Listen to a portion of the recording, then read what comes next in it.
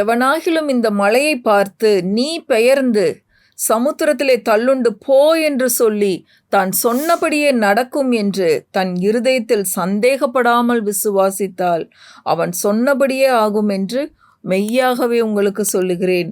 ஆதலால் நீங்கள் ஜெபம் பண்ணும்போது எவைகளை கேட்டுக்கொள்வீர்களோ அவைகளை பெற்றுக்கொள்வோம் என்று விசுவாசியுங்கள்.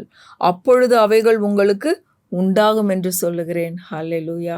கர்த்தர் நல்லவர். பிரியமானவர்களே, நம்ம ஜெபத்தில் எவைகளை கேட்டுக்கொள்வோமோ அவைகளை பெற்றுக்கொள்வோம், பெற்றுக்கொண்டோம் என்று விசுவாசியுங்கள் என்று கர்த்தருடைய வார்த்தை போதிக்கிறது. இது விசுவாசத்தின் கோட்பாடு.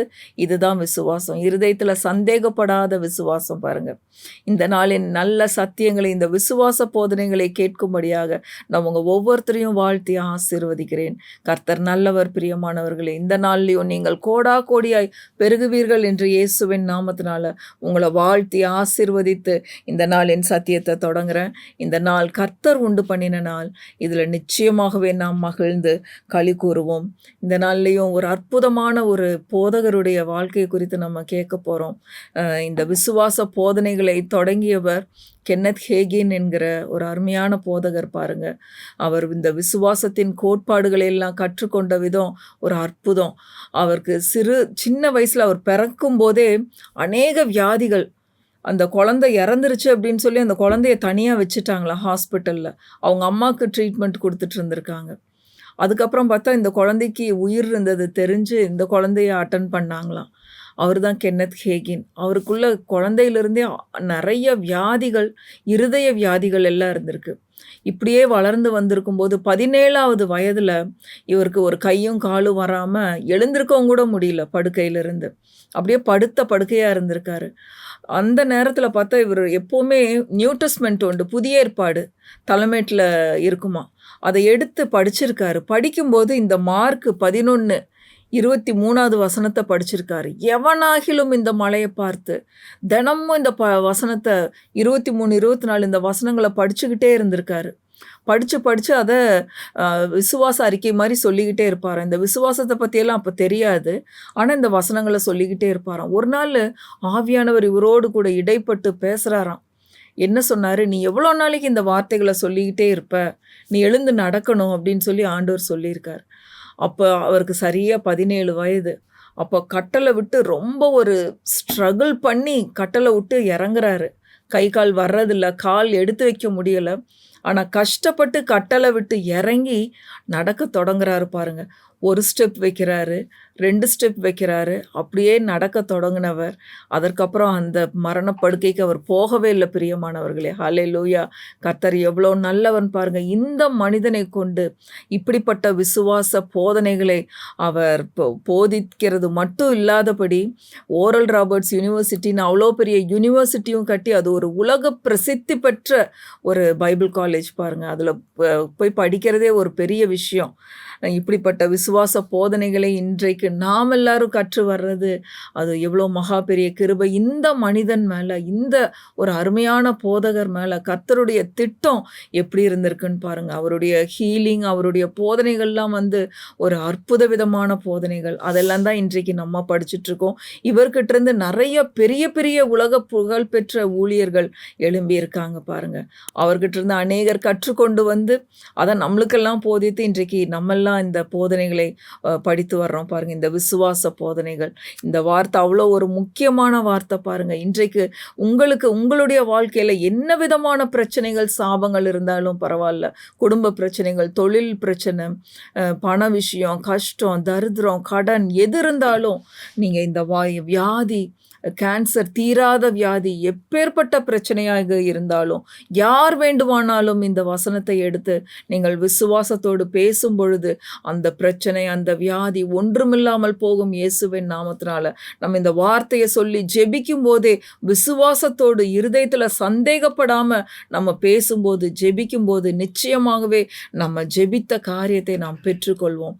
கர்த்தர் நல்லவர். பிரியமானவர்களே, இன்றைக்கும் மார்க் 11:23-24 எவனாகிலும் இந்த மலையை பார்த்து நீ பெயர்ந்து சமுத்திரத்திலே தள்ளுண்டு போ என்று சொல்லி தான் சொன்னபடியே நடக்கும்.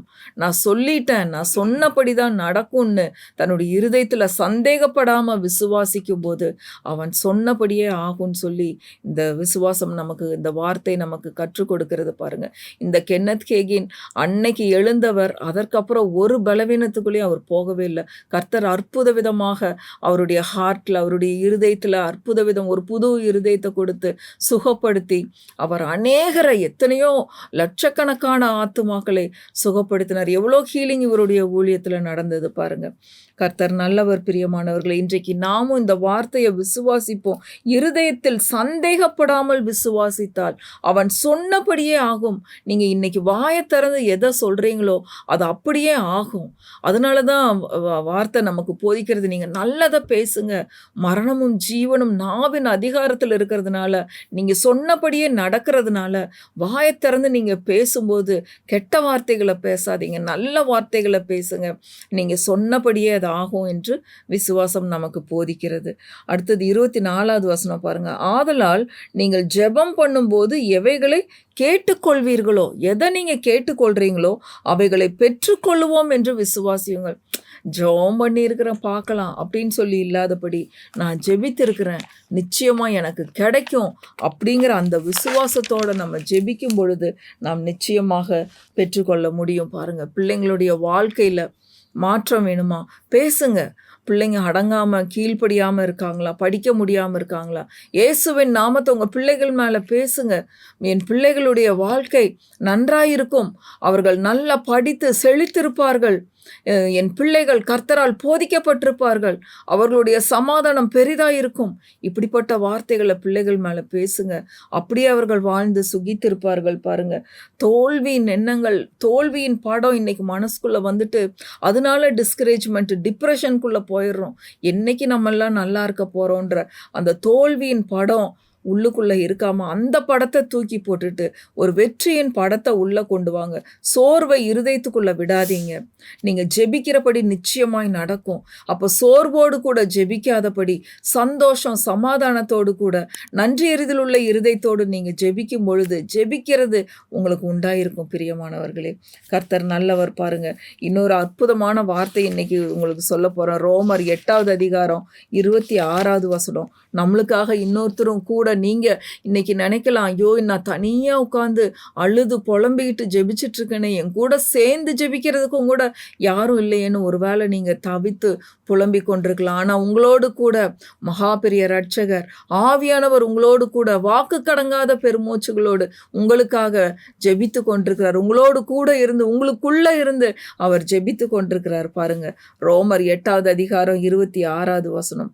அந்தப்படியே ஆவியானவரும் நமது பலவீனங்களில் நமக்கு உதவி செய்கிறார். நாம் ஏற்றபடி வேண்டிக் கொள்ள வேண்டியது இன்னதென்று அறியாமல் இருக்கிறபடியால் ஆவியானவர் தாமே வாக்கு கடங்காத பெருமூச்சுகளோடு நமக்காக வேண்டுதல் செய்கிறார். இன்றைக்கு உங்களுக்காக வாக்கு கடங்காத பெருமூச்சுகளோடு ஆவியானவர் உங்களுக்காக வேண்டுதல் செய்கிறார். உங்களுக்காக அவர் ஜெபித்து கொண்டிருக்கிறார். பிரியமானவர்களே, நீங்கள் தனியாக இல்லை, உங்களோடு கூட ஆவியானவரை கொடுத்திருக்கிறார். உங்களுடைய பலவீனங்களில் உங்களுக்கு உதவி செய்யும்படியாக, உங்களுக்கு சகாயம் பண்ணும்படியாக ஆவியானவரை கொடுத்திருக்கிறார். அவர் உங்களுக்காக ஜெபித்து கொண்டிருக்கிறார். அந்த பெருமூச்சுகள்னா பாருங்க, ஆண்டவர் கெத்செமனே தோட்டத்தில் கல்வாரி சிலுவைக்கு போகிறதுக்கு முன்னாடி ஜெபிக்கும் பொழுது அவருடைய வேர்வை இரத்தத்தின் பெருந்துளிகளாய் விழுந்ததுன்னு நம்ம பார்க்குறோம். அப்போ எப்படி அவர் ஜெபித்திருப்பாருன்னு பாருங்க. உலக மக்களின் பாவங்களுக்காக, நம்மளுடைய ரட்சிப்புக்காக, நம்மளுடைய பாவ மன்னிப்புக்காக அவர் பிதாவின் இடத்துல அப்படியே ரத்தம் சிந்துற மாதிரி ரத்தம் சிந்தி அவர் ஜெபித்தார் என்று நம்ம வேதத்தில் வாசிக்கிறோம். அந்த வசனத்தையும் கூட வாசித்து காட்டுறேன். லூக்கா 22:24 பாருங்க. லூக்கா 22:24. இன்னொரு டிரான்ஸ்லேஷனில் இங்கிலீஷில் போடப்பட்டிருக்கு, அப்படியே பிளட் கிளாட்ஸ் விழுந்துதான். அந்த விதமாய் அவர் ஜெபித்திருக்கிறார் கெத்செமனே தோட்டத்தில். 22:44. அவர் மிகவும் வியாகுலப்பட்டு அதிக ஊக்கத்தோடு ஜெபம் பண்ணினார். அவருடைய வேர்வை இரத்தத்தின் பெருந்துளிகளாய் தரையிலே விழுந்தது.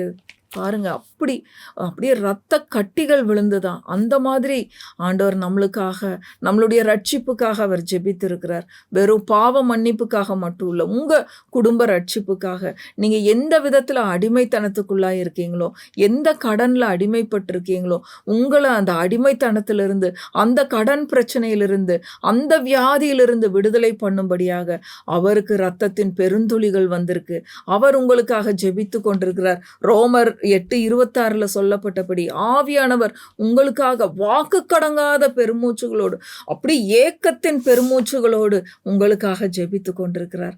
கர்த்தர் எவ்வளோ நல்லவர்னு பாருங்க. நீங்க தனியா இல்லை, உங்களோடு கூட பிதா, குமாரன், பரிசுத்த ஆவியானவர் திரியேக தேவன் உங்களோடு கூட இருக்கிறார், உங்களுக்காக ஜெபித்து கொண்டிருக்கிறார். அதனால இன்றைக்கு நன்றி, அப்படி நன்றி பெருக்கோடு அவருக்கு ஸ்தோத்திரம் சொல்லுங்க, நன்றி சொல்லுங்க.